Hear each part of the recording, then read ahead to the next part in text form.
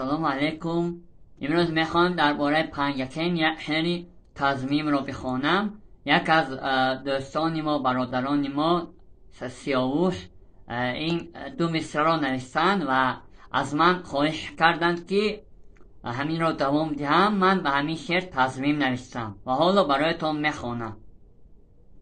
بشنوید از پنجکین باستانی دوستان، هست در نحو و نما ساعت به ساعت هر زمان. رودکی با شعر قلبی عالم تفخیر کرد، 5 رود از این سبب گردیده مشهور جهان. فیض الله انصاری، لایق شیرعلی و دیگران بودند از دیه های این چنین شهر کلان. پنجکین باستانی می شود مشهورتر، چون که دارد حالیا او شاعرانی نکته‌دان.